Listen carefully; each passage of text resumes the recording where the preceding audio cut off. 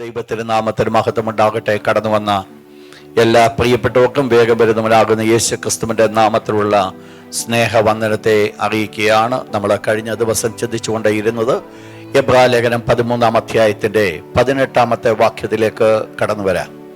എബ്രായലേഖനം 13-ാം അധ്യായം 18-19 വാക്യം, ആ വാക്യമാണ് നാം ചിന്തിച്ചുകൊണ്ടേയിരിക്കുന്നത്. Verse 18 and 19. Praise God. നമ്മൾ കഴിഞ്ഞ ദിവസം മുതൽ നമ്മൾ ചിന്തിച്ചുകൊണ്ടേയിരിക്കുന്നത് അപ്പോസ്തലനായ പൗലോസിന്റെ മാത്രം ഒരു പ്രത്യേകതയാണ്. പുതിയ നിയമത്തില് ലേഖനകർത്താക്കൾ അപ്പോസ്തലനായ പൗലോസ് മാത്രമേ എനിക്ക് വേണ്ടി പ്രാർത്ഥിപ്പീൻ എന്നുള്ളൊരു വേർഡ് പറഞ്ഞിട്ടുള്ളൂ. ബാക്കിയുള്ളവരാരും അങ്ങനൊരു വേർഡ് പറഞ്ഞിട്ടില്ല. പൗലോസ് അപ്പോസ്തലൻ സെൽഫായിട്ട് ഓരോ ലേഖനത്തിലും ഓരോ സമയത്തും പ്രിയപ്പെട്ടവരോട് തനിക്ക് വേണ്ടി പ്രാർത്ഥിക്കുവാൻ ആഹ്വാനം കൊടുത്തിട്ടുണ്ട്. അതാണ് വേദപണ്ഡിതന്മാർ അവകാശപ്പെടുന്നത്. എബ്രായലേഖനം അപ്പോസ്തലനായ പൗലോസ് എഴുതുവാനാണ് ചാൻസസ് ഉണ്ട് എന്ന് അവകാശപ്പെടുന്നതിന്റെ ഒരു കാരണമാണ് നമ്മളിവിടെ കാണുന്നത്. എന്നാൽ നമ്മൾ കഴിഞ്ഞ ദിവസം ചിന്തിച്ചത് എന്തിനു വേണ്ടിയാണ് ലീഡേഴ്സിന് വേണ്ടി പ്രാർത്ഥിക്കേണ്ടത്. അതാണ് നമ്മൾ ചിന്തിച്ചുകൊണ്ടേയിരിക്കുന്ന വിഷയം. വായ്, എന്തുകൊണ്ട് നമ്മൾ ലീഡേഴ്സിന് വേണ്ടി പ്രാർത്ഥിക്കണം. പ്രധാനമായിട്ട് നമ്മൾ കണ്ടതായിരിക്കുന്ന ഒന്ന് ഫസ്റ്റ് പോയിന്റ് നമ്മൾ കണ്ടത്, ഇറ്റ് ഈസ് ഗാഡ്സ് വിൽ. ദൈവത്തിന്റെ ഹിതമാണോ നമ്മുടെ നേതൃനിരയിൽ നിൽക്കുന്ന സ്പിരിച്വൽ ലീഡേഴ്സിന് വേണ്ടി പ്രാർത്ഥിക്കണമെന്നുള്ളത്. It is God's will. ദൈവത്തിന്റെ ഹിതമാണ് നേതൃനിരയിൽ നിൽക്കുന്നവർക്ക് വേണ്ടി പ്രാർത്ഥിക്കണമെന്നുള്ളത്. രണ്ടാമത്തെ പ്രത്യേകത നമ്മൾ കണ്ടത്, ജനത്തിന്റെ പ്രാർത്ഥന അത് കൺവേർട്ട് ചെയ്യാണ്, കൃപയായി കൺവേർട്ട് ചെയ്യാൻ. It's convert to grace. കൃപയായിട്ട് അത് കൺവേർട്ട് ചെയ്യുന്നു. മൂന്നാമത്തെ പ്രത്യേകത, they are more exposed to temptation. അവരാണ് വളരെയധികമായിട്ട് വശീകരിക്കപ്പെടുവാനുള്ള ചാൻസസ് നിൽക്കുന്നത്. ആത്മീയ നേതൃനിരയിൽ നിൽക്കുന്നവരെ വളരെ ഈസി ആയിട്ട് വശീകരിക്കുവാനായിട്ട് പിശാച് ആഗ്രഹിക്കുന്നുണ്ട്. അതുകൊണ്ട് സഭയുടേതായിരിക്കുന്ന പ്രാർത്ഥന വളരെ ആവശ്യമാണ്. അവർ പ്രൊട്ടക്ട് ചെയ്യപ്പെട്ട് നിൽക്കണമെങ്കിൽ. നെക്സ്റ്റ് നമ്മൾ കണ്ടത്, പൗലോസ് ഈ പ്രത്യേകമായിരിക്കുന്ന ഭാഗത്ത്, ഈ ലേഖനകർത്താവ് ഈ പ്രത്യേകമായ ഭാഗത്ത് എന്തിനു വേണ്ടി പ്രാർത്ഥിക്കണമെന്ന് പറഞ്ഞിട്ടുണ്ട്. അവിടെ പറയപ്പെട്ട കാര്യമാണോ, എന്നെ നിങ്ങൾക്ക് വേഗത്തിൽ വീണ്ടും കിട്ടേണ്ടതിനോ, ഈ ലേഖനകർത്താവിനെ വീണ്ടും വേഗത്തിൽ കിട്ടേണ്ടതിനോ. അപ്പോൾ ഇതാണ് കഴിഞ്ഞ ആഴ്ചയിൽ നമ്മൾ ചിന്തിക്കുവാനിടയായിത്തീർന്നത്. പ്രധാനമായിട്ട് പ്രാർത്ഥന എന്നുള്ള ലീഡർഷിപ്പിന് വേണ്ടി പ്രാർത്ഥിക്കുക എന്നുള്ള വിഷയത്തിൽ നിന്നുകൊണ്ട് രണ്ട് വേദഭാഗങ്ങളാണ് നമ്മൾ ചിന്തയ്ക്ക് ആധാരമായിട്ട് നമ്മൾ എടുത്തത്. ഒന്ന്, അപ്പോസ്തലനായ പത്രോസിന് വേണ്ടി സഭാ ശ്രദ്ധയോടെ പ്രാർത്ഥിച്ചുകൊണ്ടേയിരുന്നു. രണ്ട്, അമാലേക്യരുടെ യുദ്ധവുമായിട്ടുള്ള ബന്ധത്തില് മോശയുടെ കൈ താണുകൊണ്ടിരുന്നപ്പോൾ അഹരോനും ഹൂരും കരങ്ങളെ ഉയർത്തുവാനായിട്ട് കാരണമായി തീർന്നു. ഈ രണ്ട് പശ്ചാത്തലങ്ങൾ വെച്ചുകൊണ്ടാണ് ഒരു സ്പിരിച്വൽ ലീഡറിന് വേണ്ടി നമ്മൾ പ്രാർത്ഥിക്കേണ്ട വിഷയങ്ങൾ ഏതൊക്കെയെന്നോ നമ്മൾ ചിന്തിക്കുവാനായിട്ട് ഇടയായിത്തീർന്നത്. കരങ്ങൾ ഉയർത്തി ഒരിക്കൽ കൂടെ ദൈവത്തിന് മഹത്വം പറഞ്ഞാട്ട് ശക്തിയോടെ ഒരിക്കൽ കൂടെ. എന്താണ് നെക്സ്റ്റ് ആവശ്യം? എന്തിനു വേണ്ടിയാണോ തുടർന്ന് പ്രാർത്ഥിക്കേണ്ടത്? എന്തിനു വേണ്ടിയാണോ ലീഡർഷിപ്പിന് വേണ്ടി പ്രാർത്ഥിക്കുമ്പോൾ എന്താണോ നമ്മൾ ചെയ്യേണ്ടത്? അതിനാധാരമായിട്ട് അപ്പോസ്തലപ്രവൃത്തി 12-ാം അധ്യായം 6-7 വാക്യം, Acts chapter 12 verse 6 and 7. Praise God. നമ്മൾ ഇവിടെ കാണുന്നത് സഭയ്ക്ക് കടന്നു വന്നായിരിക്കുന്ന വലിയ ഒരു ഉപദ്രവത്തെയാണ് നമ്മൾ കാണുവാൻ ഇടയായിത്തീർന്നത്.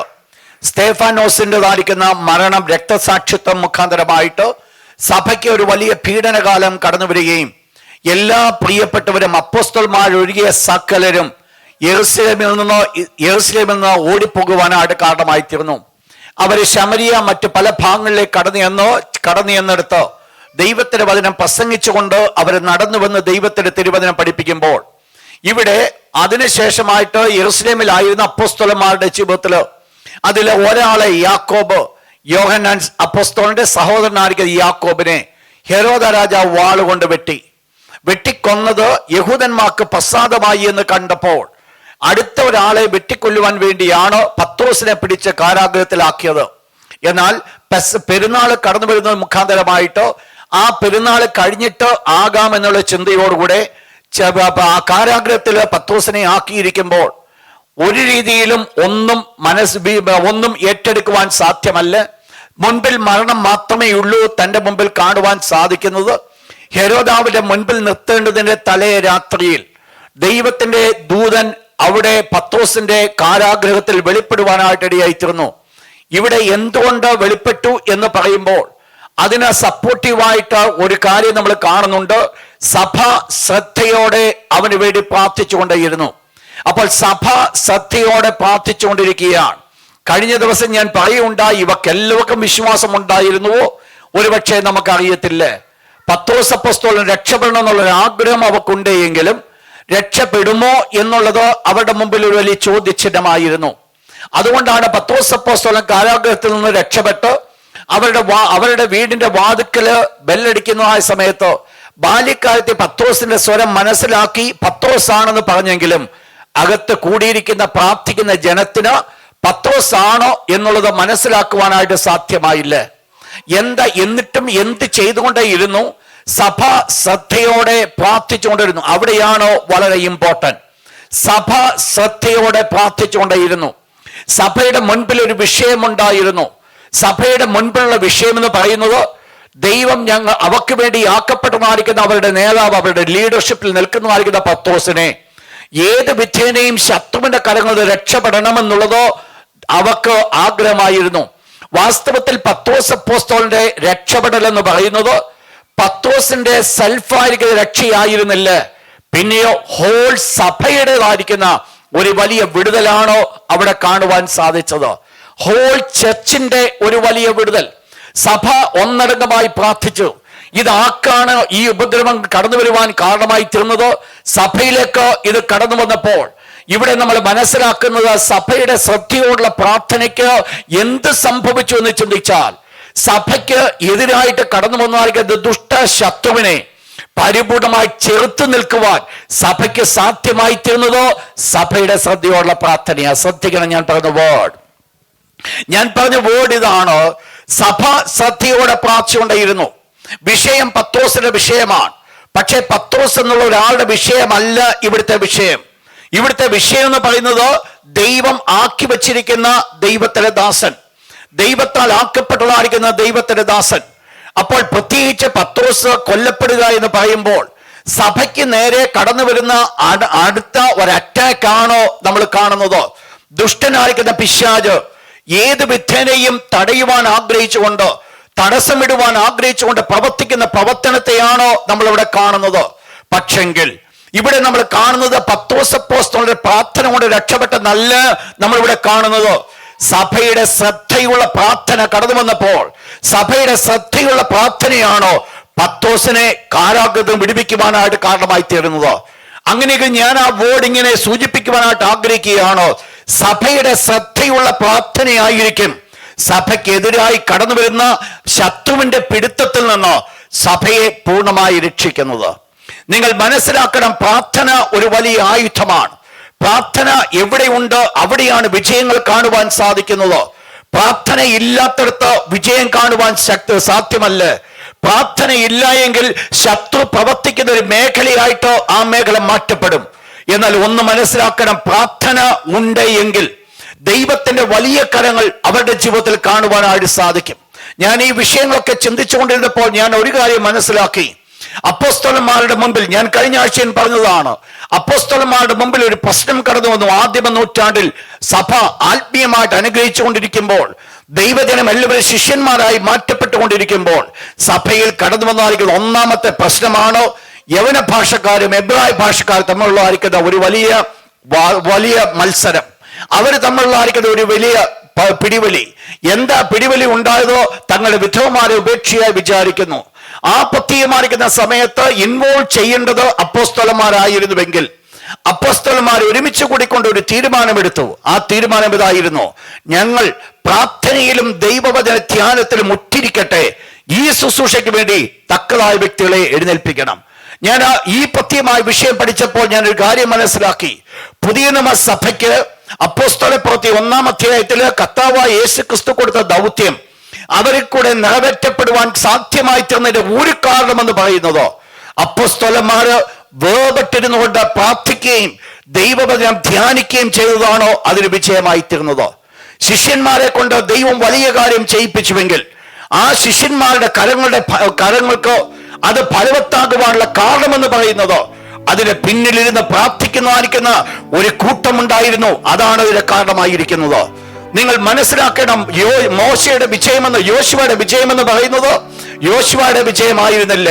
പിന്നെയോ മോശയും അഹരോനും ഹൂരും കൂടെ കരങ്ങൾ ഉയർത്തിപ്പിടിച്ചുകൊണ്ട് നിന്നതാണോ യോശുവയുടെ വിജയമെങ്കിൽ, പത്രോസിന്റെ കാരാഗ്രഹത്തിൽ കിടന്നപ്പോൾ പത്രോസിന്റെ വിജയം എന്ന് പറയുന്നത് സഭയുടെ ശ്രദ്ധയോടുള്ള പ്രാർത്ഥനയാകുന്നുവെങ്കിൽ, ഒരു കാര്യം നമ്മൾ മനസ്സിലാക്കണം, നമ്മുടെ ശ്രദ്ധയുള്ള പ്രാർത്ഥനയായിരിക്കും സഭയെ ശത്രുവിന്റെ കരങ്ങളിൽ രക്ഷപ്പെടുത്തുവാനായിട്ട് ഇടയായിത്തീരുന്നത്. ഈ നാളുകൾ വളരെയധികമാണ് അത് ആവശ്യമാണ്. അപ്പോസ്തലപ്രവൃത്തിയിലേക്ക് നമ്മൾ കടന്നു വരുമ്പോൾ എഫേസ്യ സഭയെ നോക്കൊണ്ട് ദൈവത്തിന്റെ ദാസനിപ്രകാരം പറയുന്നു, ഞാൻ പോയ ശേഷം ആട്ടിൻകൂട്ടത്തെ ആദരിക്കാത്ത കൊടിയ ചെന്നായ്ക്കൾ നിങ്ങളുടെ ഇടയിൽ കടക്കും.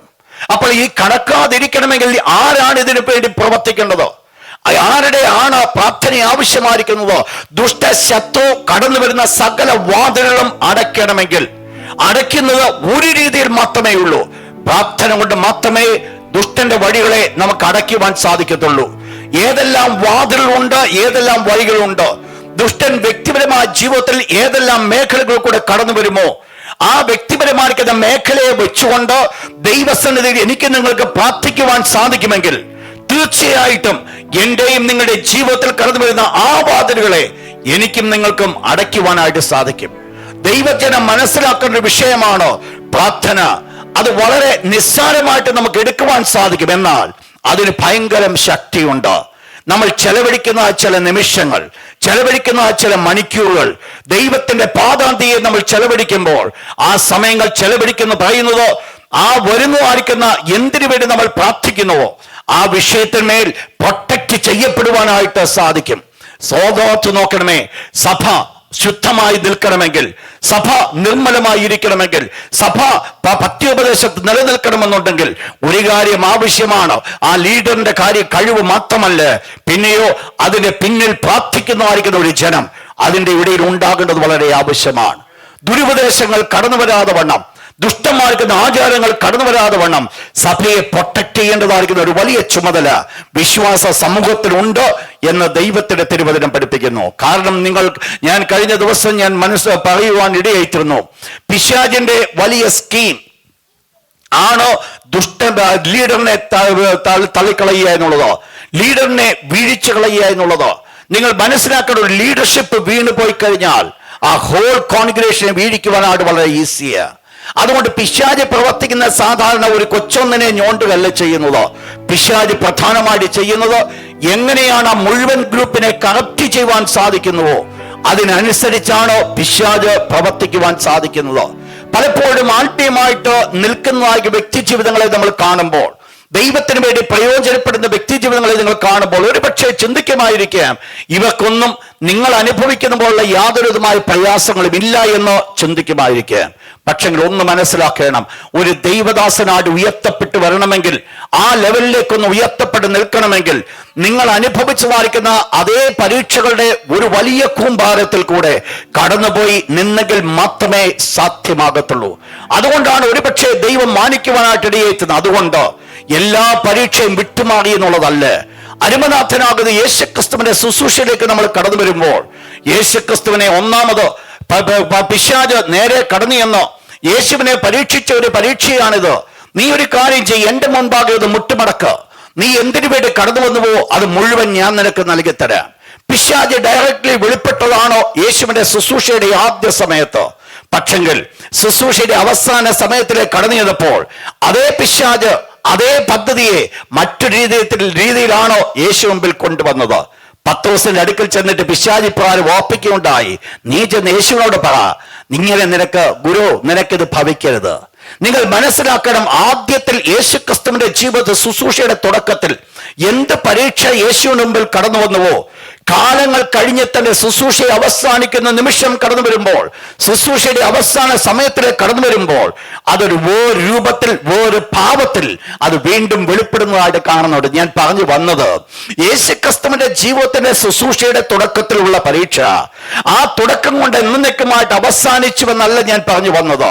യേശുക്രിസ്തുവിന്റെ ശുശ്രൂഷയുടെ അവസാന സമയം വരെ യേശുക്രിസ്തു മത്സരിക്കേണ്ടിയിരുന്ന ഒരു കാര്യമായിരുന്നു ദുഷ്ടശത്രു പ്രവർത്തിക്കാതെ വണ്ണം തടയുക. ഒന്നുകിൽ ഒരു പക്ഷേ പിശാച് ഡയറക്ട്ലി നേരിട്ട് വന്നെന്നിരിക്കാം, അല്ലെങ്കിൽ അടുത്ത സുഹൃത്തായിരിക്കുന്ന, അടുത്ത കൂട്ടുകാരനായിരിക്കുന്ന, ഒരിക്കൽ പോലും വിട്ടുമാകുവാനും പ്രയാസപ്പെടുത്തുവാൻ സാധിക്കാതിരിക്കുന്ന പത്രോസ് എന്നൊരു വ്യക്തിയിൽ കൂടിയായിരിക്കാം കടന്നു വന്നത്. പക്ഷെങ്കിൽ പ്രശ്നം രണ്ടും ഒന്ന് തന്നെ. എന്താ പ്രശ്നം?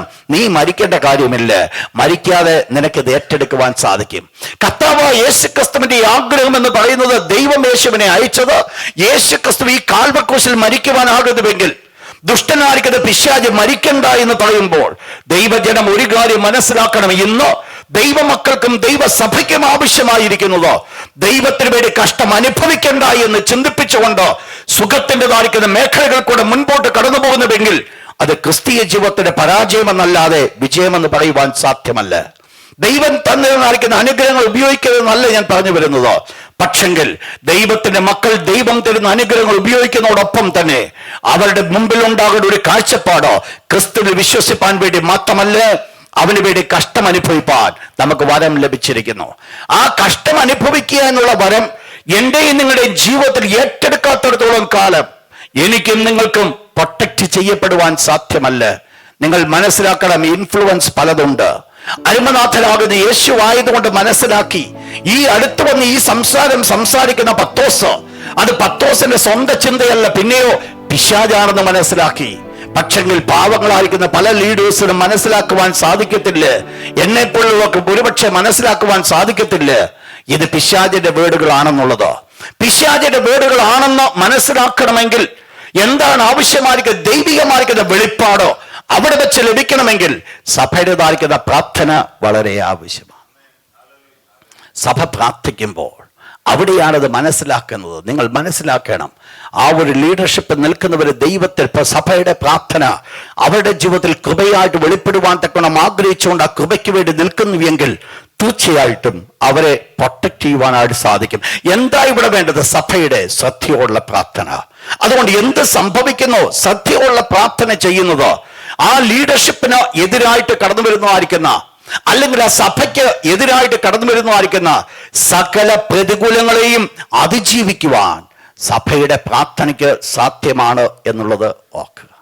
അപ്പോൾ വളരെ ആവശ്യമായിരിക്കുന്ന ഒരു കാര്യമാണ് സഭയുടെ പ്രാർത്ഥന എന്ന് പറയുന്നത്. ഇന്ന് സെക്കൻഡ് തെസ്സലോനിക്കർ വായിച്ചിട്ട്, second തെസ്സലോനിക്കർ chapter 3 verse 1.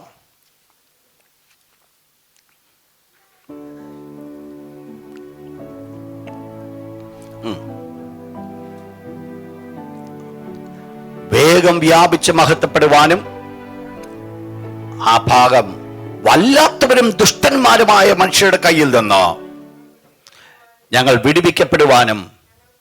Praise God. എന്താ അവിടെ പറയുന്നത്? വല്ലാത്തവരും ദുഷ്ടന്മാരുമായിരിക്കുന്ന മനുഷ്യരുടെ കയ്യിൽ നിന്ന് വിടുവിക്കപ്പെടുവാൻ.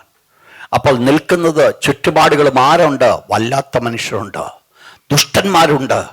അവരുടെ കരങ്ങൾ അകപ്പെടുവാനായിട്ട് സാധിക്കും. പക്ഷെങ്കിൽ അകപ്പെട്ടു എന്നുള്ളതല്ല പറഞ്ഞത്, പക്ഷെ അവരുടെ കരങ്ങളിൽ അകപ്പെടാതിരിപ്പാൻ തക്കവണ്ണം പ്രാർത്ഥിപ്പീൻ. നെക്സ്റ്റ് വളരെ പ്രധാനപ്പെട്ട പോയിന്റ്, എന്തിനു വേണ്ടി ലീഡേഴ്സിന് വേണ്ടി പ്രാർത്ഥിക്കണം? ലീഡേഴ്സ് വിൽ ബി ഏബിൾ, പ്രാർത്ഥിക്കുമ്പോൾ leaders will be able to carry out God's will for the body of Christ. Leaders will be able to carry out God's will for the body of Christ. സഭയ്ക്ക് വേണ്ടിയുള്ളതായിരിക്കുന്ന, അല്ലെങ്കിൽ ക്രിസ്തുവാകുന്ന ശരീരത്തിന് വേണ്ടിയുള്ളതായിരിക്കുന്ന, മണവാട്ടിക്ക് വേണ്ടിയുള്ളതായിരിക്കുന്ന ദൈവത്തിന് ഹിതം നിറവേറ്റപ്പെടുവാൻ സാധിക്കണമെങ്കിൽ സഭ പ്രാർത്ഥിക്കണം. റോമക്കലേഖനം 15-ാം അധ്യായം 30 മുതൽ 32 വരെയുള്ള വാക്യം, അവിടെ പ്രധാനമായിട്ട് 2 കാര്യങ്ങളെയാണോ നമ്മളിവിടെ കാണുവാൻ സാധിക്കുക? 2 things. Romans chapter 15 verse 30 and 30 to 32. Yes. എന്നാൽ സഹോദരന്മാരെ,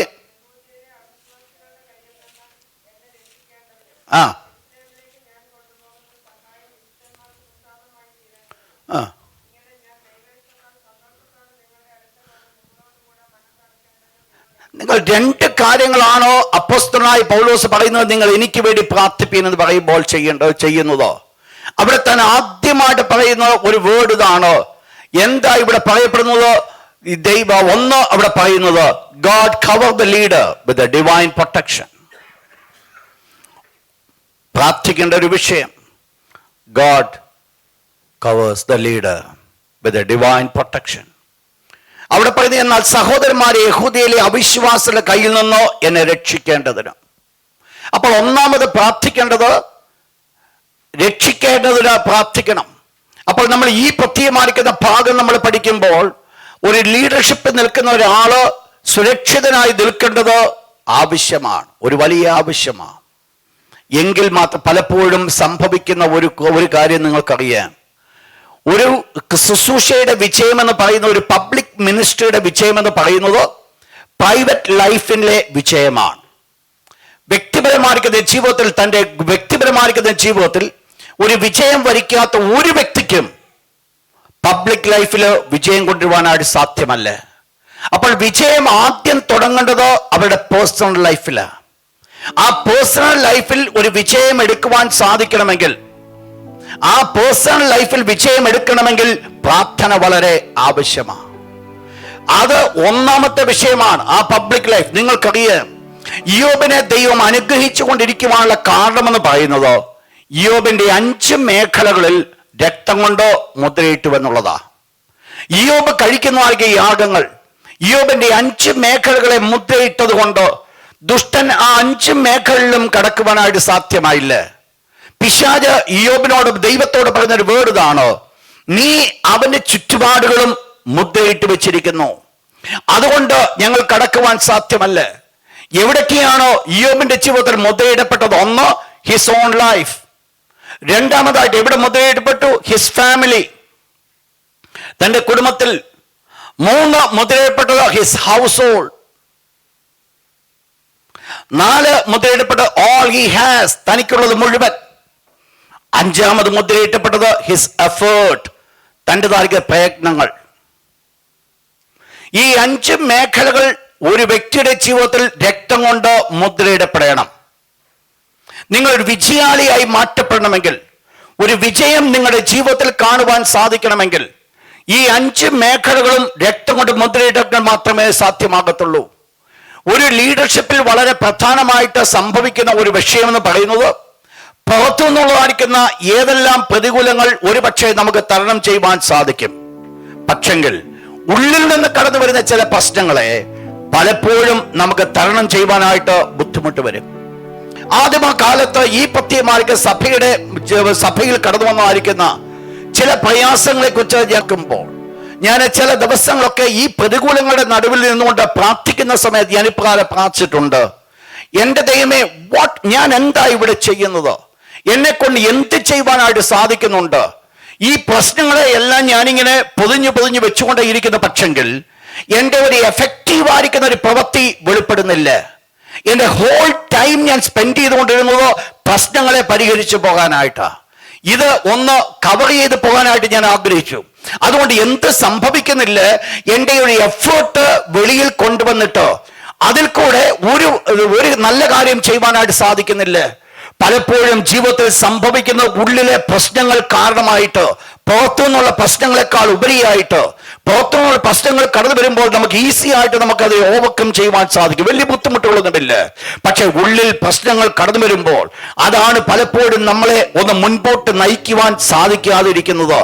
ഏത് വിധേനയും അതിനെ ഒന്ന് കൺട്രോൾ ചെയ്യുവാനായിട്ട് ആഗ്രഹിക്കുന്നു. ഇവിടെ സംഭവിക്കുന്നതായിരിക്കുന്ന ഒരു കുഴപ്പമെന്ന് പറയുന്നത്, നമ്മുടെ കാണിക്കുന്ന എഫേർട്ട് മുഴുവൻ വേണ്ട കാര്യത്തിനല്ല, വേണ്ടാത്ത കാര്യത്തിന് യൂസ് ചെയ്യുന്നു. അതുകൊണ്ട് എന്ത് ചെയ്യുന്നു? ഒരു പ്രോഗ്രസീവ്നെസ് നമ്മൾ കാണുവാൻ സാധിക്കുന്നില്ല. ഉള്ളത് പൊതിഞ്ഞുകൊണ്ട് പോകുന്നുണ്ട്. പക്ഷെ ഇയ്യോബിന്റെ ജീവിതത്തിന്റെ പ്രത്യേകത അതായിരുന്നില്ല. ഇയ്യോബിന്റെ ജീവിതത്തിന്മേൽ മുദ്രയിടപ്പെട്ടവനായ ദൈവം, ഇയ്യോബിന്റെ കുടുംബത്തിന്മേൽ മുദ്രയിടപ്പെട്ടവനായ ദൈവം, തനിക്കുള്ളതിന്മേൽ മുദ്രയിടപ്പെട്ടവനായ ദൈവം, ഓൾ പൊസഷനിലേക്ക് മുദ്രയിട്ടവനായ ദൈവം, ഇയ്യോബിൻ്റെതായ എഫേർട്ടിന്മേൽ മുദ്രയിടപ്പെട്ട് ദുഷ്ടപിശാച് നോക്കുമ്പോൾ ഇയ്യോബ് അനുഗ്രഹിക്കപ്പെട്ടവനായി മുൻപോട്ട് കടന്നു വരികയാണ്. നിങ്ങൾ മനസ്സിലാക്കണം, എന്റെയും നിങ്ങളുടെ എഫേർട്ടിന്മേലോ ദൈവം മുദ്രയിട്ടെങ്കിൽ മാത്രമേ എന്റെയും നിങ്ങളുടെ ഈ എഫേർട്ട് എന്ന് പറയുന്നത് ബെനിഫിറ്റ് ആകുവാനായിട്ട് സാധിക്കുകയുള്ളൂ. അല്ലെങ്കിൽ ഒരു പക്ഷേ നിങ്ങൾ അനുഗ്രഹിക്കപ്പെട്ട ഒരു വ്യക്തി എന്ന് പറയുവാൻ സാധിക്കുമായിരിക്കാം. പക്ഷേ അതല്ല അനുഗ്രഹിക്കപ്പെട്ട ഒരു വ്യക്തിയുടെ ഒരു ലക്ഷണം എന്ന് പറയുന്നത്. ജീവിക്കുന്നു എന്ന് പറയുന്ന ഒരു വ്യക്തിയുടെ ലക്ഷണമെന്ന് പറയുന്നത് അവ തുടർമാനമായിട്ട് വളർച്ച പ്രാപിച്ചുകൊണ്ടേയിരിക്കും. അവർ വളർന്നുകൊണ്ടേയിരിക്കും. അങ്ങനെയെങ്കിൽ ആ ഒരു വളർച്ച വെളിപ്പെടണമെങ്കിൽ ഒരു എഫേർട്ട് ആവശ്യമാണ്. എഫേർട്ടിൻ്റെതായിരിക്കുന്ന ബെനിഫിറ്റ് ആവശ്യമാണ്. ഇയ്യോബിന്റെ ജീവിതത്തിൽ സംഭവിച്ചത് ആ മേഖലകളും മുദ്രയിടപ്പെടുവാനായിട്ട് കാരണമായി തീർന്നുകൊണ്ട് ഇയ്യോബ് അനുഗ്രഹിക്കപ്പെട്ടു. ഇവിടെ നമ്മൾ കണ്ട ഭാഗം ഇതാണ്. ദൈവത്തിന്റെ ദാസൻ പറയുന്നു, വല്ലാത്തവരും ദുഷ്ടന്മാരുമായിരിക്കുന്ന മനുഷ്യരുടെ കയ്യിൽ നിന്നോ അവിശ്വാസിയുടെ കയ്യിൽ നിന്നോ ഞങ്ങൾ രക്ഷപ്പെടണം. അപ്പോൾ ഒന്നാമതായിട്ട് ആവശ്യമായിരിക്കുന്നത് ഒരു പ്രൊട്ടക്ഷൻ ഓഫ് സെൽഫ്. രണ്ടാമത്തെ വിഷയം, അവിടെ ഞാൻ വളരെ ഈ പൗലോസിന്റെ പ്രാർത്ഥനയുടെ ഒരു വേർഡ് എത്രമാത്രം ആ മൈന്യൂട്ട് സ്റ്റെപ്പ് വരെ പൗലോസ് ചിന്തിക്കുന്നതിനെ കുറിച്ച് ഞാൻ ചിന്തിക്കുവാൻ കാരണമായി തീർന്നു. വായിച്ചോട്ടോ, അതിന്റെ 30-ാമത്തെ വാക്യം വീണ്ടും ഒരിക്കൽ കൊടുത്ത് വായിച്ചോട്ടോ.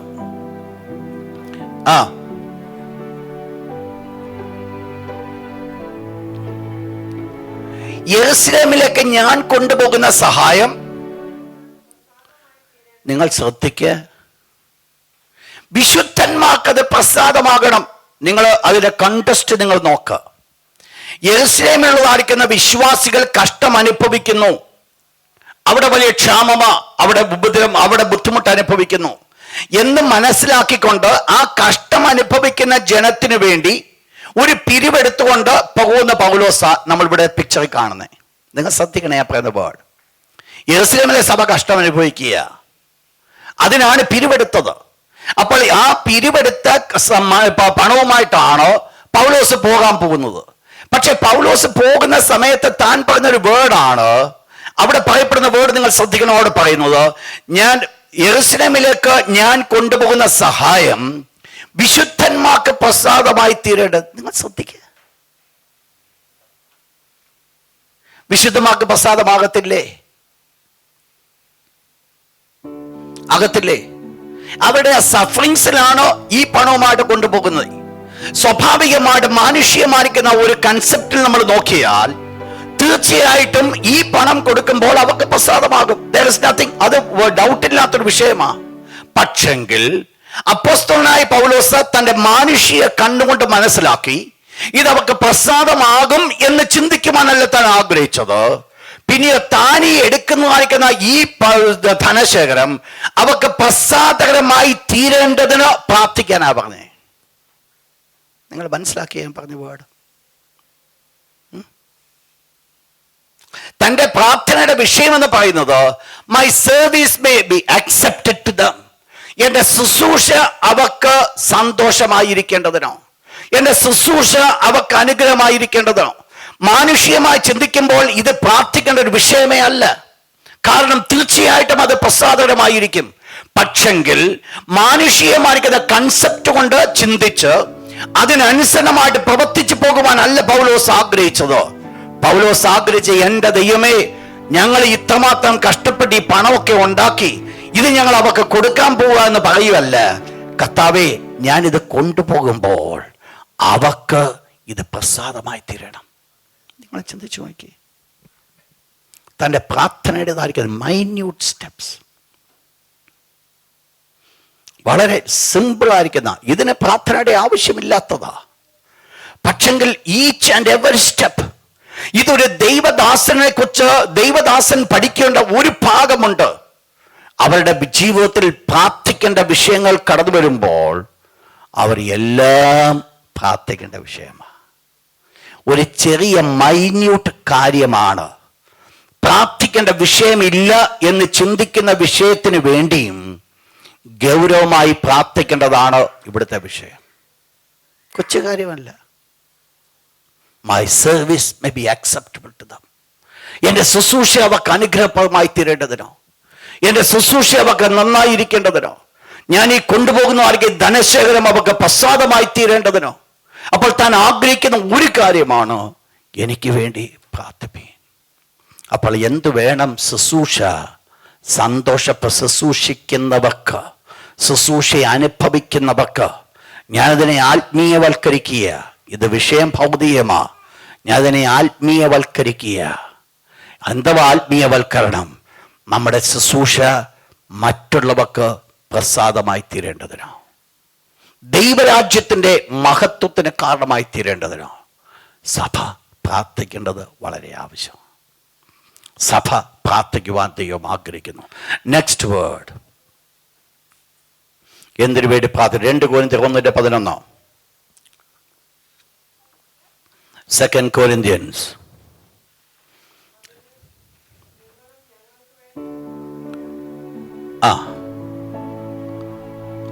പ്രൈസ്. അങ്ങനെ പല മുഖാന്തരം ഞങ്ങൾ കിട്ടിയ കൃപയ്ക്ക് വേണ്ടി. Last point, God will strengthen the church. സഭയെ ശക്തീകരിക്കേണ്ടതിന് സഭ പ്രാർത്ഥിക്കണം. ഒരു ലീഡർഷിപ്പിന് വേണ്ടി നിങ്ങൾ പ്രാർത്ഥിക്കുമ്പോൾ, ആ ലീഡറിന് വേണ്ടി നിങ്ങൾ പ്രാർത്ഥിക്കുമ്പോൾ നമ്മൾ ചെയ്യുന്നത്, നമ്മൾ ആയിരിക്കുന്ന സഭയെ ശക്തീകരിക്കുക. സഭ ശക്തിപ്പെടണമെങ്കിൽ ഒന്ന് ഏത് കാര്യത്തിലാണ് പ്രാർത്ഥിക്കേണ്ടത്? പ്രധാനമായിട്ട് ഇവിടെ ഞാൻ 3 വിഷയങ്ങളാണ് കൊണ്ടുപോകാൻ പോകുന്നത്. ഒന്നാമത്തെ വിഷയം 2 Thessalonians chapter 3 verse 1. 2 Thessalonians chapter 3 verse 1.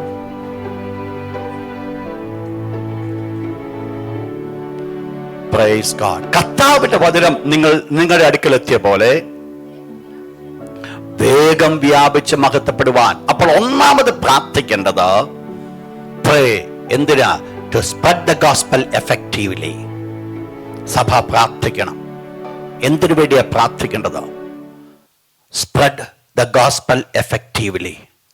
ദൈവവചനം വേഗത്തിൽ വ്യാപിച്ച് മഹത്വപ്പെടേണ്ടതിനാ. ദൈവത്തിന്റെ ദാസൻ അവിടെ പറയുന്ന ഒരു വേർഡുണ്ട്. തെസ്സലോനിക്ക സഭയെ നോക്കൊണ്ട് പറയുക, നിങ്ങളുടെ അടുക്കൽ ദൈവവചനം വന്നെത്തി. അപ്പോൾ നിങ്ങളുടെ അടുക്കൽ ദൈവവചനം വന്നെത്തിയതിന് മറ്റാരൊക്കെയോ ഇതിന്റെ പിന്നിൽ പ്രവർത്തിച്ചു. നിങ്ങൾ മനസ്സിലാക്കണം. അതുകൊണ്ട് ഒരു കാര്യം നമ്മൾ അറിയേണ്ടത്, ഒരു ശുശ്രൂഷകനായിരിക്കും മുൻപിൽ ശുശ്രൂഷിക്കുന്നത്, പക്ഷെങ്കിൽ അതിനെ പിന്നിൽ പ്രവർത്തിക്കുന്നത് മറ്റു പലരുമായിരിക്കും. ഞാൻ ഇപ്രകാരം കഥ കേട്ടിട്ടുണ്ട്. ഒരു ദൈവദാസൻ അനുഗ്രഹിക്കപ്പെട്ടതായ ശുശ്രൂഷ ചെയ്തുകൊണ്ട് മുൻപോട്ട് കടന്നു പോകുകയും അവസാനം അദ്ദേഹം ഈ ലോകത്തിൽ നിന്ന് മാറ്റപ്പെട്ടു. അദ്ദേഹത്തിന്റെ സഭയിലെ പലരും മാറ്റപ്പെട്ടു. അദ്ദേഹം സ്വർഗത്തിൽ ചെന്നതായ സമയത്ത് ദൈവം പ്രതിഫലമൊക്കെ കൊടുക്കാൻ തുടങ്ങി. പ്രതിഫലം കൊടുത്തുകൊണ്ടിരിക്കുമ്പോൾ അദ്ദേഹം നോക്കിയപ്പോൾ കണ്ട ഒരു കാഴ്ച, അദ്ദേഹത്തിന്റെ സഭയിൽ ഉണ്ടായിരുന്ന ഒരു വിധവയായിരിക്കുന്ന ഒരു സ്ത്രീ, വെറും പാവപ്പെട്ട സ്ത്രീ. സഭ പോലും അവളെ ഗണ്യമാക്കിയില്ല, ഒന്നുമില്ല. അതായത് ഈ ദൈവദാസൻ ചിന്തിച്ച് ഇവളിങ്ങി വന്നെത്തിയോ നോക്കി. അവൾ കർത്താവായ യേശു ക്രിസ്തു പ്രതിഫലം കൊടുക്കാൻ തുടങ്ങിയപ്പോൾ അവൾക്ക് ഒത്തിരി കിരീടങ്ങൾ കിട്ടി. അപ്പൊ ഈ ദൈവദാസൻ ചിന്തിച്ചു, ഇനി എൻ്റെ നേരം വരുമ്പോൾ എനിക്ക് എന്തും വേണ്ടി കിരീടം എനിക്ക് കിട്ടും. അവസാനം ഇദ്ദേഹത്തിൻ്റെ സമയമായി. ഇദ്ദേഹത്തിൻ്റെ പേര് വിളിച്ചു ചെന്ന് നിൽക്കുക കിരീടം വാങ്ങാനായിട്ട്. അങ്ങോട്ട് ചെന്ന് നിൽക്കുമ്പോൾ തനിക്ക് ഏതാണ്ട് ഒരു കിരീടമേ കിട്ടിയുള്ളൂ. അദ്ദേഹം കർത്താവിനോട് ഇപ്രകാരം ചോദിച്ചു, ഗുരു, ഞാനല്ലയോ ഇത്രയും അധ്വാനിച്ച് 1 മിനിറ്റ് പോലും റെസ്റ്റ് എടുക്കാതെ കർത്താവിന് വേണ്ടി ശക്തമായിട്ട് പ്രവർത്തിച്ചത്? അന്നേരം കർത്താവ് മറുപടി കൊടുത്തു, കുഞ്ഞേ, നീ മുൻപിൽ നിന്ന് പ്രവർത്തിച്ചതേ ഉള്ളൂ, നിനക്ക് വേണ്ടി പിന്നിലിരുന്ന് പ്രാർത്ഥിച്ചത് ഈ സഹോദരിയായിരുന്നു. ലോകം കാണുന്നത് മുൻപിൽ നിൽക്കുന്ന വിജയമായിരിക്കാം, പക്ഷെങ്കിൽ മുൻപിൽ കാണുന്ന വിജയമല്ല സ്വർഗത്തിലെ ദൈവം കാണുന്നത്. അതിന് കാരണമായിരിക്കുന്നതിനെ ദൈവം കാണുവാൻ ആഗ്രഹിക്കുന്നു. നിങ്ങൾ മനസ്സിലാക്കണം, ഒരു വ്യക്തിയുടെ ശുശ്രൂഷ വിജയിക്കപ്പെടണമെങ്കിൽ അതിൻ്റെ പിന്നിൽ അനേകരുടെ പ്രാർത്ഥനയുണ്ട്. പല സന്ദർഭങ്ങൾ നാട്ടിൽ കടന്നുപോയ സമയത്തൊക്കെ എന്നെ അറിയാത്തവർ ചിലപ്പം പ്ലെയിനിലായിരിക്കുക, അവർ വന്നിട്ട് എന്നെ പേഴ്സണലി പരിചയപ്പെട്ട് എന്നോട് പറഞ്ഞൊരു കാര്യമുണ്ട്, പാസ്റ്ററെ, ഞങ്ങൾ പാസ്റ്റർക്ക് വേണ്ടി പ്രാർത്ഥിക്കുന്നു. ഞാൻ അന്നേരം ഓർക്കും, കർത്താവേ, എന്നെ അറിയാത്ത ജനം എനിക്ക് വേണ്ടി പ്രാർത്ഥിച്ചുകൊണ്ടേയിരിക്കുന്നു. അവരൊരു പക്ഷേ കണ്ടത് TV-യിലോ മറ്റെവിടെങ്കിലും ആയിരിക്കാം. ബട്ട് ഞാൻ ഇന്ന് അനുഭവിക്കുന്ന കൃപകളുടെ കാരണമെന്ന് പറയുന്നത് അറിയാത്ത പലരുടെയും പ്രാർത്ഥനയിൽ കൂടെ ദൈവം എന്നോട് കാണിക്കുന്ന കാരണം. സ്വയമായിട്ടുള്ള പ്രാർത്ഥനാ ജീവിതത്തിന് വിജയമാണെന്നല്ല പറഞ്ഞു വരുന്നത്. സ്വയമായിട്ടുള്ള പ്രാർത്ഥന ദൈവസന്നിധാനത്ത് ഇരുന്നതിൻ്റെ വിജയമാണെന്നല്ല പറഞ്ഞു വരുന്നത്. വേണം, അത് വേണ്ടെന്നല്ല. പക്ഷെങ്കിൽ അനേക പ്രിയപ്പെട്ടവരുടെ കണ്ണുനീര്, അനേക പ്രിയപ്പെട്ടവരുടെ നിലവിളി മുൻപിൽ നിന്നുകൊണ്ട് യുദ്ധം ചെയ്യുവാൻ തക്കവണ്ണം ദൈവദാസന്മാരെ സഹായിക്കുന്നു എന്നുള്ളത് നമ്മൾ മറന്നു കളയരുത്. ഒരു വിശ്വാസിക്ക് വളരെ അടുത്ത് ആവശ്യമായിരിക്കുന്ന ഒന്നാണ് കൂടെ ഇരുന്ന് പ്രാർത്ഥിക്കുക. തൻ്റെ വിഷയത്തിന് വേണ്ടി പ്രാർത്ഥിക്കുവാൻ പറ്റിയ ഒരാളെയെങ്കിലും, ഒറ്റയൊരാളെ കിട്ടിയാൽ മതി. നമ്മുടെ വിഷയത്തിന് വേണ്ടി ഒരുപക്ഷെ നമ്മുടെ കൂടെ ഇരിക്കുവാൻ സാധിക്കുന്നില്ലായിരിക്കാം, പക്ഷെങ്കിൽ നമ്മുടെ വിഷയമൊന്ന് മനസ്സിലാക്കിക്കൊണ്ട് ആ വിഷയത്തിന് വേണ്ടി നമുക്ക് വേണ്ടി ഒന്ന് കണ്ണുനീരോടെ പ്രാർത്ഥിക്കുവാൻ ഒരു കൂട്ടമുണ്ടെങ്കിൽ, ഒരു വ്യക്തി ജീവിതമുണ്ടെങ്കിൽ അതിൻ്റെ അനുഗ്രഹം വലിയത് തന്നെ. ദൈവത്തിൻ്റെ തിരുവചന പറയുന്നു, നിങ്ങൾ 2 പേര് ഈ ഭൂമിയിൽ ഐക്യമത്യത്തോടെ പ്രാർത്ഥിച്ചാൽ എന്ത് ചോദിച്ചാലും സ്വർഗ്ഗസ്ഥനായ എൻ്റെ പിതാവിൽ നിന്ന് നിങ്ങൾക്ക് ലഭിക്കും. 2 പേര്, അത് ഏറ്റവും നല്ലതാ. ഭാര്യയും ഭർത്താവും, മറ്റാരുമില്ലെങ്കിലും ഒരുമിച്ചൊന്ന് പ്രാർത്ഥിക്കുവാൻ സാധിക്കുമെങ്കിൽ, ഒരുമിച്ച് വിഷയങ്ങളൊന്ന് ഷെയർ ചെയ്തുകൊണ്ട് നിലവിളിക്കുവാൻ സാധിക്കുമെങ്കിൽ, അവരുടെ വേദന പോലെ ഒന്ന് വേദനയോടെ എടുത്തുകൊണ്ട് പ്രാർത്ഥിക്കുവാൻ സാധിക്കുമെങ്കിൽ, അതിൽ കൂടെ നടക്കുന്ന വലിയ അത്ഭുതങ്ങൾ ഉണ്ട് എന്നുള്ളത് ഞാൻ ഓർപ്പിക്കട്ടെ. ദൈവം അത് ചെയ്യുവാൻ ശക്തനാണ്. എന്താ ഒന്നാമത് വേണ്ടത്? ഞങ്ങൾക്ക് വേണ്ടി പ്രാർത്ഥിപ്പീൻ. എന്തിനു വേണ്ടിയാ പ്രാർത്ഥിക്കേണ്ടത്? ദൈവവചനം നിങ്ങളുടെ അടുക്കൽ വന്നെത്തിയതുപോലെ വേഗത്തിൽ വ്യാപിച്ച് മഹത്വപ്പെടേണ്ടതിന്. അപ്പോൾ ദൈവത്തിൻ്റെ വചനം വ്യാപരിക്കണമെങ്കിൽ എന്തു വേണം? സഭയുടെ പ്രാർത്ഥന ആവശ്യമാണ്. ദൈവവചനം എന്താ സഭ പ്രാർത്ഥിക്കേണ്ടത്? ഒന്ന്, പ്രാർത്ഥിക്കേണ്ടത് ജനം മാനസാന്തരപ്പെടാൻ. അതാ ഏറ്റവും വലിയ ആവശ്യം. ജനം മാനസാന്തരപ്പെടണം. എന്താ വേണ്ടത്? ഒരു വെള്ളിയാഴ്ച കുത്തിയിരുന്നത് പ്രാർത്ഥിക്കുവാൻ സാധിക്കുമെങ്കിൽ, കർത്താവേ അടുത്ത വെള്ളിയാഴ്ച കടന്നു വരുന്നു, ഏത് വ്യക്തി ജീവിതമായിക്കൊള്ളട്ടെ, അവർ രക്ഷിക്കപ്പെടാതെ കടന്നു പോകരുതേ എന്ന് പ്രാർത്ഥിക്കുവാൻ സാധിക്കുമെങ്കിൽ, അവിടെ കടന്നു വരുന്നവർ രക്ഷിക്കപ്പെട്ടത് മാത്രമേ കടന്നു പോകത്തുള്ളൂ. ഒന്ന് പ്രാർത്ഥിക്കുക, കർത്താവേ എന്നെ ആത്മാവിൽ അനുഗ്രഹിക്കുന്ന പോലെ അവരെയും കൂടെ ഒന്ന് അനുഗ്രഹിക്കണമേ എന്നത് പ്രാർത്ഥിക്കുവാൻ ഇതാരും അറിയുന്നില്ലായിരിക്കെ. പക്ഷെ ഒരു കാര്യമുണ്ട്, നിങ്ങൾക്ക് എന്ത് ദൈവം ചെയ്യണമെന്ന്, നിങ്ങൾക്ക് എന്ത് മനുഷ്യർ ചെയ്യണമെന്ന് നിങ്ങൾ ചിന്തിക്കുന്നുവോ അത് നിങ്ങൾ അവർക്ക് വേണ്ടി ചെയ്യുവേ. നമ്മൾ ചെയ്യുന്നതിൻ്റെ ഇരട്ടിയായിരിക്കും നമുക്ക് കിട്ടുന്നത്, നമ്മൾ അനുഭവിക്കുന്നത്. പ്രിയപ്പെട്ടൊരു ദൈവജനം ഒന്ന് ഓർക്കണമേ. സഭയിൽ കടന്നു വരുന്ന നമ്മുടെ ഒരു വലിയ ആഗ്രഹമാണ്, അവിടെ ആ ഹോളിൽ കാലെടുത്ത് വെച്ച ഒരൊറ്റ വ്യക്തി പോലും നിത്യമായിരിക്കുന്ന നരകത്തിന് യോഗ്യനാകരുത്. അവരെല്ലാം നിത്യരാജ്യത്തിന് യോഗ്യരാകണം. അങ്ങനെ എന്താ അതിന് വേണ്ടത്? നമ്മുടെ പ്രാർത്ഥനയുണ്ടെങ്കിൽ എന്താ പ്രാർത്ഥിക്കുമ്പോൾ സംഭവിക്കുന്നത്? പ്രാർത്ഥിക്കുമ്പോൾ സംഭവിക്കുന്നത് ദൈവം അവരുടെ കുരുട്ട് കണ്ണുകൾ തുറന്നു കൊടുക്കുന്നു. അവരുടെ മന്ദതകളെ ദൈവം മാറ്റുന്നു. അവരുടെ ഹൃദയക്കണ്ണുകളെ ദൈവം തുറന്നു കൊടുക്കുന്നു. വാസ്തവമായിട്ട് ദൈവത്തെ എങ്ങനെ സേവിക്കണം, സ്നേഹിക്കണം എന്നുള്ളത് ദൈവം അവർക്ക് വെളിപ്പെടുത്തുന്നു. രണ്ടാമത് ആവശ്യമായി Colossians chapter 4 verse 3. Colossians 4:3.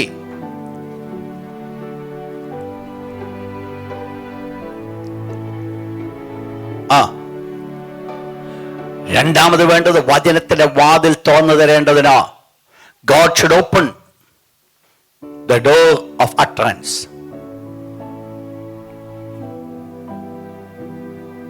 God should open the door of utterance to speak the mystery of Christ.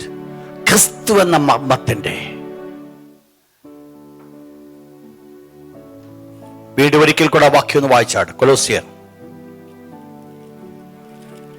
എനിക്ക് ബന്ധന കാരണമായ ക്രിസ്തുവിന്റെ മർമ്മം.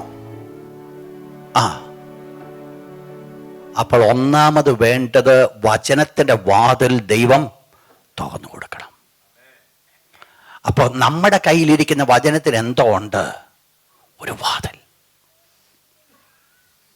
ആ വാതിൽ അടഞ്ഞിരിക്കുന്നിടത്തോളവും വായിച്ചതുപോലെ വായിച്ചേച്ച് ഇറങ്ങിപ്പോകും. പക്ഷെങ്കിൽ ആ അടഞ്ഞു കിടക്കുന്ന വാതിലൊന്ന് തുറക്കപ്പെടണം. ഇതാണ് ദൈവത്തിന്റെ ദാസൻ ഒരു പ്രാർത്ഥന പ്രാർത്ഥിച്ചു.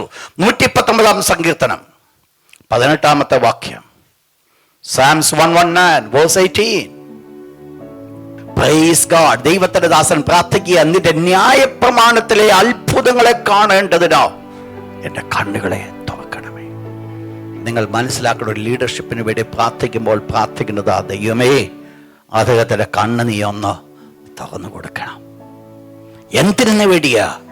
ദൈവത്തിന്റെ വചനത്തിന്റെ വാതിൽ തുറക്കപ്പെടേണ്ടതിനോ. 1, 2, 3 വാക്യങ്ങൾ പെട്ടെന്ന്. യോഹന്നാൻ ലൂക്കോസ് 24-27 വാക്യം. Luke chapter 24 verse 27.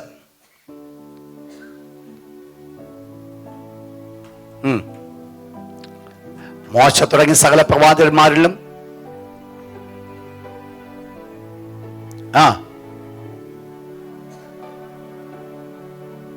ഇവർക്ക് എന്ത് സംഭവിച്ചിരുന്നു? മോശ തുടങ്ങി സകല പ്രവാചകന്മാരും. അപ്പോ ഉൽപ്പത്തി, മോശ തുടങ്ങി എന്ന് പറഞ്ഞാൽ മോശ എഴുതിയ ഏതാ? ഉൽപ്പത്തി പുസ്തകം. സകല പ്രവാചകന്മാരും എന്ന് പറഞ്ഞാൽ ഏതുവരെ? കർത്താവായ യേശുക്രിസ്തുവിന്റെ കാലത്തിന് മുമ്പ് തന്നെ മലാഖി പ്രവചനം വരെ ഒരുക്കപ്പെട്ടു. അതുവരെ ഉള്ളത് എന്തുവാന്നാ പറഞ്ഞത്? മോശ തുടങ്ങി സകല പ്രവാചകന്മാരും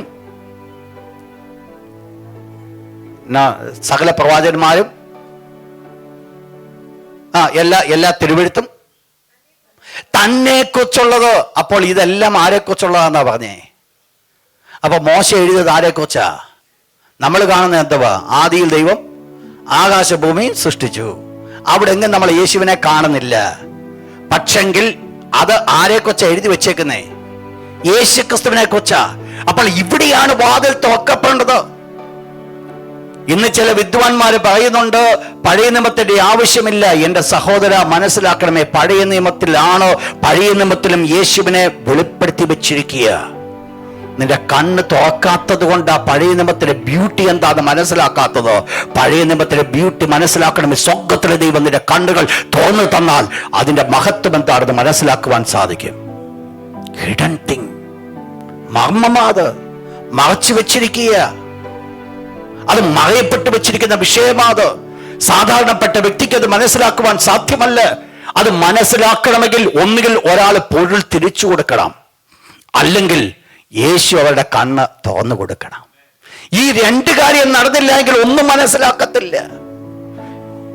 അപ്പോൾ ഇവിടെയാണ് കർത്താവായ യേശു ക്രിസ്തു തന്റെ ശിഷ്യന്മാർക്ക് ചെയ്തത്. വായിച്ചോട്ടെ, യെരമ്യാ 33:3. വളരെ അനുഗ്രഹിക്കപ്പെട്ട ഒരു വാക്യം. യെരമ്യാ 33:3. ഇതാണ് 999 ഇൻ ദ ബൈബിൾ. വേദപുസ്തകത്തിലെ 999 എമർജൻസി കോളിന് വിളിക്കേണ്ട നമ്പറാ അത്. 333. എന്നെ വിളിച്ചപേക്ഷിക്കുക, ഞാൻ നിനക്ക് ഉത്തരമരുളും.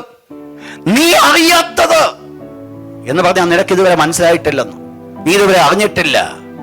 നീ അറിയാത്തത് എന്തുവാ കിടക്കുന്നത്? മഹത്തമായത്, അഗോചരമായത്. യെസ്. അപ്പൊ തിരുവനന്തപുരത്തിന്റെ ബ്യൂട്ടി എന്തുവാന്ന് മനസ്സിലായോ? മഹത്തായതാ, പക്ഷെ അഗോചരമാ. എന്ന് പറഞ്ഞാൽ അത് മൂടി വെച്ചിരിക്കുക. സാധാരണപ്പെട്ടവന്റെ കരങ്ങളിൽ അത് കിട്ടിയാൽ അവരത് മനസ്സിലാക്കുവാൻ സാധ്യമല്ല.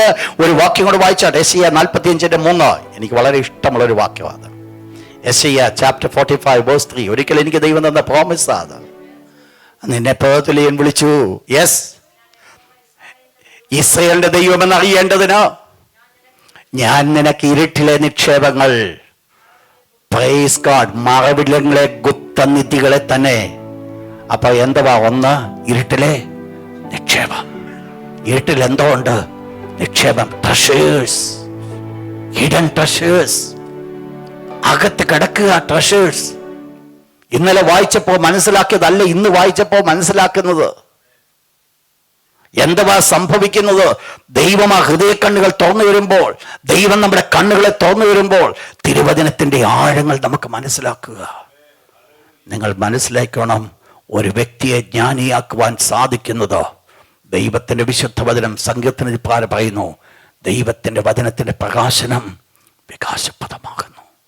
അത് അല്പബുദ്ധിയെ ജ്ഞാനിയാക്കുന്നു. ജ്ഞാനമില്ലെങ്കിൽ ദൈവത്തിന്റെ വചനം കണ്ണുനീരോടുകൂടെ പ്രാർത്ഥിച്ച് ചെന്ന് പഠിക്കാൻ നോക്ക്. ജ്ഞാനം ഓട്ടോമാറ്റിക്കലി കിട്ടും. അവിടെ കിട്ടേണ്ടത് ദൈവത്തിന്റെ തിരുവചനം പറയുന്ന ഒന്നിന്റെ അത്ഭുതങ്ങളെ കാണേണ്ടതിനോ. ഞാൻ നിനക്ക് ഇരുട്ടിലെ നിക്ഷേപങ്ങളെ, മറഞ്ഞിരിക്കുന്ന ഗുപ്തനിധികളെ തന്നെ തരും. ദൈവമക്കൾ മനസ്സിലാക്കണം, ഇത് ഗുപ്തനിധിയായിട്ട് കടക്കപ്പെടുന്നുവെങ്കിൽ അതുകൊണ്ട് സഭ അനുഗ്രഹിക്കപ്പെടത്തില്ല. അത് ഒരു ഫിലിപ്പോസ് വരണം, ഒരു ഷണ്ടന് അത് വെളിപ്പെടുത്തി കൊടുക്കുവാൻ സഭയിൽ നിന്ന് എഴുന്നേൽക്കണം. അനേക ഷണ്ടന്മാരെ പോലെ ദൈവത്തിന്റെ വചനം വായിച്ചിട്ട് ഇത് എന്തുവാ ചോദിച്ചുകൊണ്ടിരിക്കുവാനല്ല സഭ ആഗ്രഹിക്കേണ്ടത്. സഭയുടെ മുൻപിൽ ഒരു ചിന്ത വേണം, ദൈവമേ എനിക്ക് നീ ഇത് വെളിപ്പെടുത്തി തരണം. പ്രിയപ്പെട്ടവരെ, ഒരു മെസ്സേജ് കൊടുക്കുമ്പോഴും മറ്റെന്തെങ്കിലും ചെയ്യുമ്പോഴും എനിക്ക് നിങ്ങൾക്കും ആവശ്യമായിരിക്കുന്നത് എന്തെങ്കിലും മനുഷ്യന് മനസ്സിലാക്കി കൊടുക്കുവാൻ സാധിക്കാതിരുന്ന ഒരു കാര്യങ്ങളെങ്കിലും ദൈവം തമ്പുരാൻ വെളിപ്പെടുത്തി തന്നിരുന്നുവെങ്കിൽ അതായിരിക്കും ജനത്തിന് വിലയുള്ളത്. എന്താ വേണ്ടത്? അവിടെ പറയപ്പെടുന്ന ഭാഗവിഭാഗമാണ് ഇരുട്ടിലെ നിക്ഷേപങ്ങൾ. വായിച്ചോട്ടെ, യെശയ്യാ 48:6. യെശയ്യാ 48:6.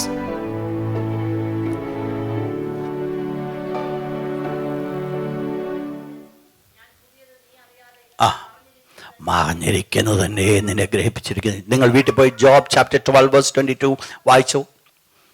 അതിപ്പം വായിക്കണ്ട. അപ്പോൾ എന്താ വേണ്ടത്? ദൈവദാസന്മാർക്ക് വേണ്ടി പ്രാർത്ഥിക്കണം. എന്തിനു വേണ്ടി പ്രാർത്ഥിക്കണം? ദൈവം അവർക്ക് വചനത്തിൻ്റെ വാതിൽ തുറന്നു കൊടുക്കേണ്ടതിനാ. ഗോഡ് വിൽ ഓപ്പൺ വചനത്തിൻ്റെ വാതിൽ. അതുകൊണ്ട് ആരാ അനുഗ്രഹിക്കപ്പെടുന്നത്? Church will strengthen. സഭ അനുഗ്രഹിക്കപ്പെടും.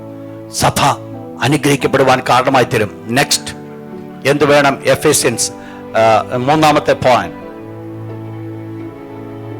എഫേസ്യൻസ് 6:19.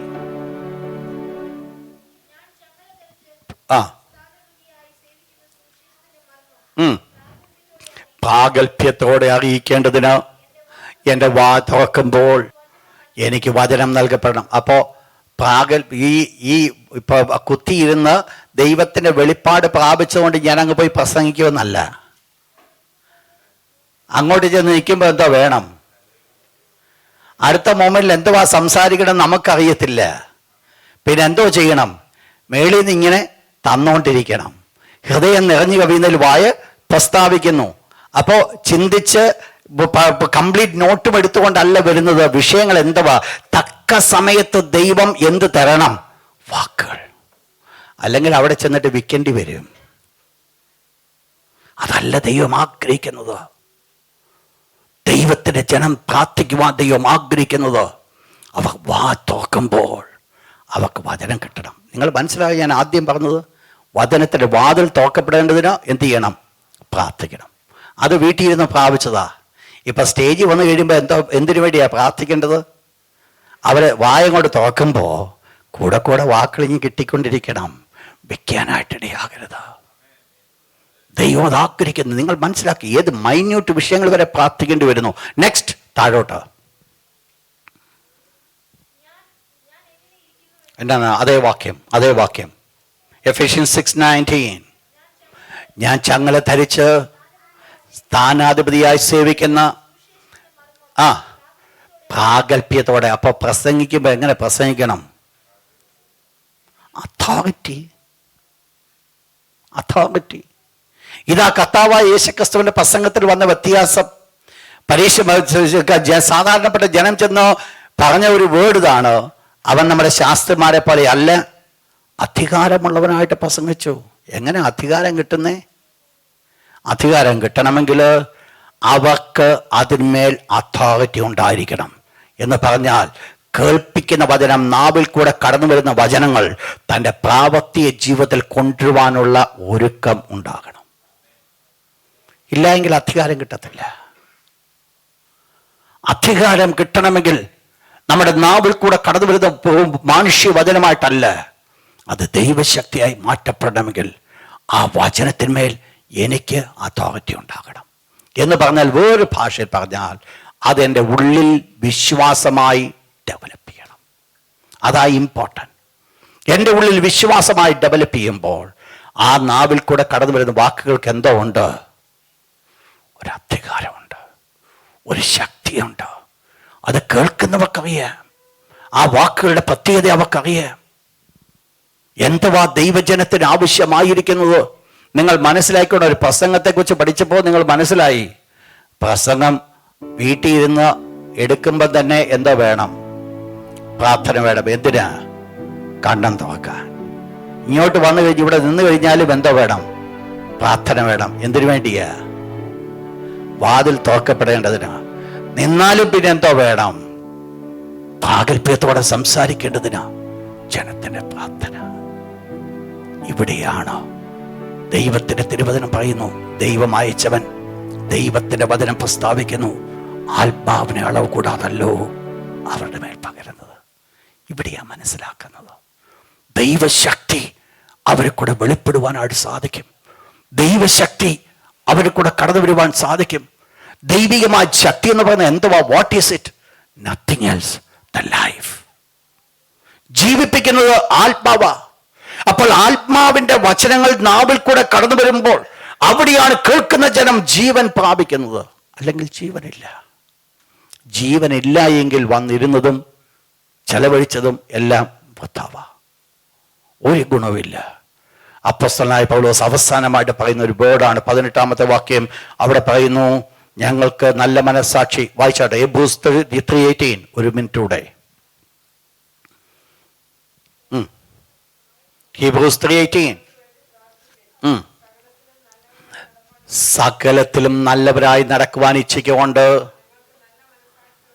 Praise God. നിങ്ങൾ ശ്രദ്ധിക്കുക, ആക്കാ പുള്ളി ഈ ലേഖനം എഴുതുന്ന അവസാനം കൊണ്ട് വെക്കുന്ന പോയിന്റ് കണ്ടോ? ആക്കാ ഈ ലേഖനം എഴുതിയത് എബ്രായ വിശ്വാസികൾക്ക്, യഹൂദന്മാർക്ക്. അവര് അപ്പോസ്തലനായ പൗലോസിനെ എങ്ങനെയാ കാണുന്നേ? വായിച്ചോട്ട്, ആക്ട്സ് 21:21. ആക്ട്സ് 21:21.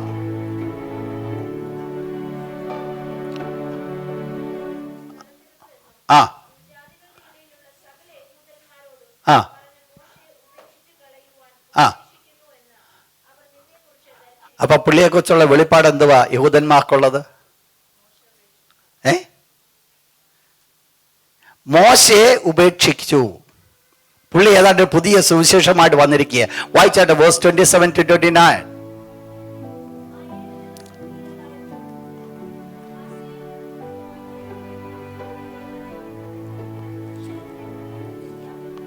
ആ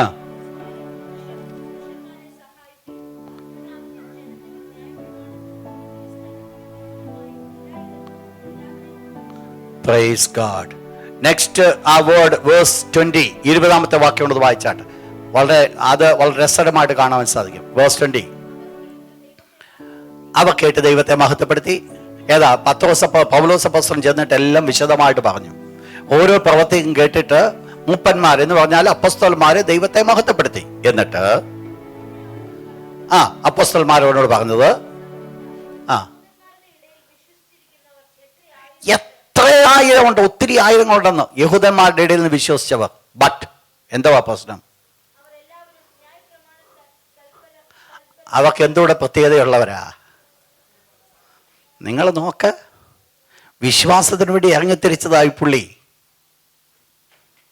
എന്നിട്ട് യഹൂദന്മാർ ഒത്തിരി പേരുണ്ട് രക്ഷപ്പെട്ടവര്, യേശുവിൽ വിശ്വസിക്കുന്നവര്. പക്ഷെ അവരിപ്പോ ഏതോടെ കൂടെ കൊണ്ട് നടക്കുക? ന്യായപ്രമാണ തൽപരരാ. ന്യായപ്രമാണം അവർക്ക് ഇഷ്ടമാ, അവർക്കത് ബുദ്ധിമുട്ടൊന്നുമില്ല. പരിശീലനമുള്ള കർമ്മമാ, അബ്രഹാമിൽ കൂടെ അവർക്ക് കൊടുത്തുകൊണ്ട് അവരത് ചെയ്യുന്നു. That's all. പക്ഷെങ്കിൽ ഇവിടുത്തെ വിഷയം എന്ന് പറയുന്നത്, ഇത്രയും ആൾക്കാർ രക്ഷിക്കപ്പെട്ട് ദൈവത്തിന് യേശുക്രിസ്തുവിനോട് വേർപെട്ട് നിന്നുവെങ്കിലും അവർക്ക് ഉണ്ടായിരുന്നത് ന്യായപ്രമാണ തൽപരരായിരുന്നത് കൊണ്ട് പൗലോസ് എന്ന് പറയുന്ന വ്യക്തി അവക്കാരായിരുന്നു? ഒരു അലർജി. കാരണം പൗലോസിന്റെ പ്രിൻസിപ്പിൾ എന്തുവാ? വിശ്വാസത്താലല്ലാതെ നീതീകരണം പ്രാപിപ്പാൻ സാധ്യമല്ല. മറ്റവര് പറഞ്ഞ എന്തുവാ? കൂട്ടത്തിൽ എന്തോടെ വേണം? അപ്പോൾ പൗലോസ് ടോട്ടലി അവക്ക് എതിരായിരിക്കുന്ന വ്യക്തിയാ. പക്ഷെ അങ്ങനെയാണെങ്കിൽ ഈ ലേഖനകർത്താവ് പൗലോസ് ആണെങ്കിൽ, പൗലോസ് ഒരു കാര്യം പറഞ്ഞു. ആദ്യം തുടങ്ങിയത് എന്തുവാ? യേശുക്രിസ്തു ആരെക്കാൾ വലിയവൻ? പഴയ നിയമ പ്രവാചകന്മാരെക്കാൾ വലിയവൻ. പിന്നെ യേശുക്രിസ്തു ആരെക്കാൾ വലിയവൻ? ദൂതന്മാരെക്കാൾ വലിയവൻ, മോശയേക്കാൾ വലിയവൻ, യോശുവേക്കാൾ വലിയവൻ, അഹരോനേക്കാൾ വലിയവൻ എന്ന് വേണ്ട. ഇങ്ങനെ പറഞ്ഞ് അവസാനം കൊണ്ട് പറയുക, ഞാൻ ഇതൊക്കെ നിങ്ങളോട് പറഞ്ഞത് ഒറ്റ രീതിയില ഒരു ശുദ്ധ മനസാക്ഷി ഉള്ളത് കൊണ്ടാ എന്ന് പറഞ്ഞാൽ അതിന്റെ അർത്ഥം എന്നാ? എന്തുവാ? എൻ്റെ മനസ്സ് ക്ലിയറാണ്. ഒരു കാപട്യത്തിൽ നല്ല ഞാൻ ഈ സബ്ജക്റ്റ് നിങ്ങളുടെ മുമ്പിൽ കൊണ്ടുവന്നത്. ഒരു കപടതയിൽ കൂടെ അല്ല ഞാൻ ഇത് പറയുവാൻ ആഗ്രഹിച്ചത്. പിന്നെയോ ഞാനിത് പറയുവാൻ ആഗ്രഹിച്ചത് വിത്ത് ഓൾ മൈ സിൻസിയറിറ്റി, ഇന്നസെൻസി. അതൊരു വലിയ വിഷയമാണ്. ഒരു ഇന്നസെൻസിയിൽ നിന്നുകൊണ്ട് ശുശ്രൂഷിക്കുവാൻ സാധിക്കുമെങ്കിൽ അതൊരു വലിയ അനുഗ്രഹമാണ്. തൻ്റെ ജീവിതത്തിൽ തനിക്ക് പറയുവാനുള്ള ഇതാ. നിങ്ങൾ മനസ്സിലാക്കണം, മറ്റുള്ളവർ തന്നെ അംഗീകരിക്കാതിരിക്കുമ്പോൾ, താനൊരു ഒരു നാശമെന്ന് പറഞ്ഞുകൊണ്ടിരിക്കുന്ന സ്ഥാനത്ത്, അല്ലെങ്കിൽ അവരുടെ ദൈവത്തിന് താൻ അപമാനമെന്ന് പറഞ്ഞുകൊണ്ടിരിക്കുമ്പോൾ, ആ ജനത്തോട് പറയുന്ന ഒരു കാര്യമുണ്ട്. ഞാൻ മേളിൽ പറഞ്ഞിരിക്കുന്ന സകല വിഷയങ്ങൾ, മേളിൽ ഉദ്ധരിച്ചിരിക്കുന്ന സകല വിഷയങ്ങൾ ഞാൻ നിങ്ങളുടെ മുമ്പാകെ പ്രസന്റ് ചെയ്യുവാനുള്ള ഒരു കാരണം എന്ന് പറയുന്നത്, നല്ലവനായി നടക്കുവാൻ ഞാൻ ആഗ്രഹിക്കുന്നത് കൊണ്ട് ഒരു ശുദ്ധ മനസാക്ഷി എനിക്കുണ്ട്. ഞാൻ മനസാക്ഷിയെ തൊടുന്നില്ല, കാരണം ഓൾറെഡി നമ്മൾ ക്ലാസ് എടുത്തതാ. നല്ലവനായി നടക്കുവാൻ ആഗ്രഹിക്കുന്നത് കൊണ്ട് നല്ല മനസാക്ഷി ഉണ്ടെന്ന് മനസ്സിലായോ? തെറ്റുകൾ വന്നെന്നിരിക്കുക, കുറവുകൾ വന്നെന്നിരിക്കുക, പക്ഷേ ആ കുറവുകൾ കടന്നു വരുന്ന സമയത്തും നല്ലതായി ജീവിക്കുവാനുള്ള താല്പര്യം ഉള്ളിൻ്റെ ഉള്ളിൽ ഉണ്ടെങ്കിൽ അതിൻ്റെ അർത്ഥമെന്ന് പറയുന്നത് still you have A clear conscious, ഒരു ശുദ്ധ മനസാക്ഷി. അതാ ദൈവം നമ്മെക്കുറിച്ച് ആഗ്രഹിക്കുന്നത്. പൗലോസ് അപ്പോസ്തലൻ പറയുക, നിങ്ങൾ പ്രാർത്ഥിക്കുക, എന്നെ വേഗത്തിൽ നിങ്ങൾക്ക് വീണ്ടും കിട്ടേണ്ടതിനോ, ഞാൻ നിങ്ങളുടെ അടുക്കൽ വരേണ്ടതിനോ, നിങ്ങളോടുകൂടെ മനം തണുക്കേണ്ടതിനോ എനിക്ക് വേണ്ടി പ്രാർത്ഥിപ്പീൻ. നമുക്കെല്ലാവർക്കും നമ്മുടെ കണ്ണുകളെ അടയ്ക്കാം. കർത്താവിൻ്റെ വിശുദ്ധ മുഖത്തെ നമ്മുടെ കണ്ണുകൾ തിരിച്ചുകൊണ്ട്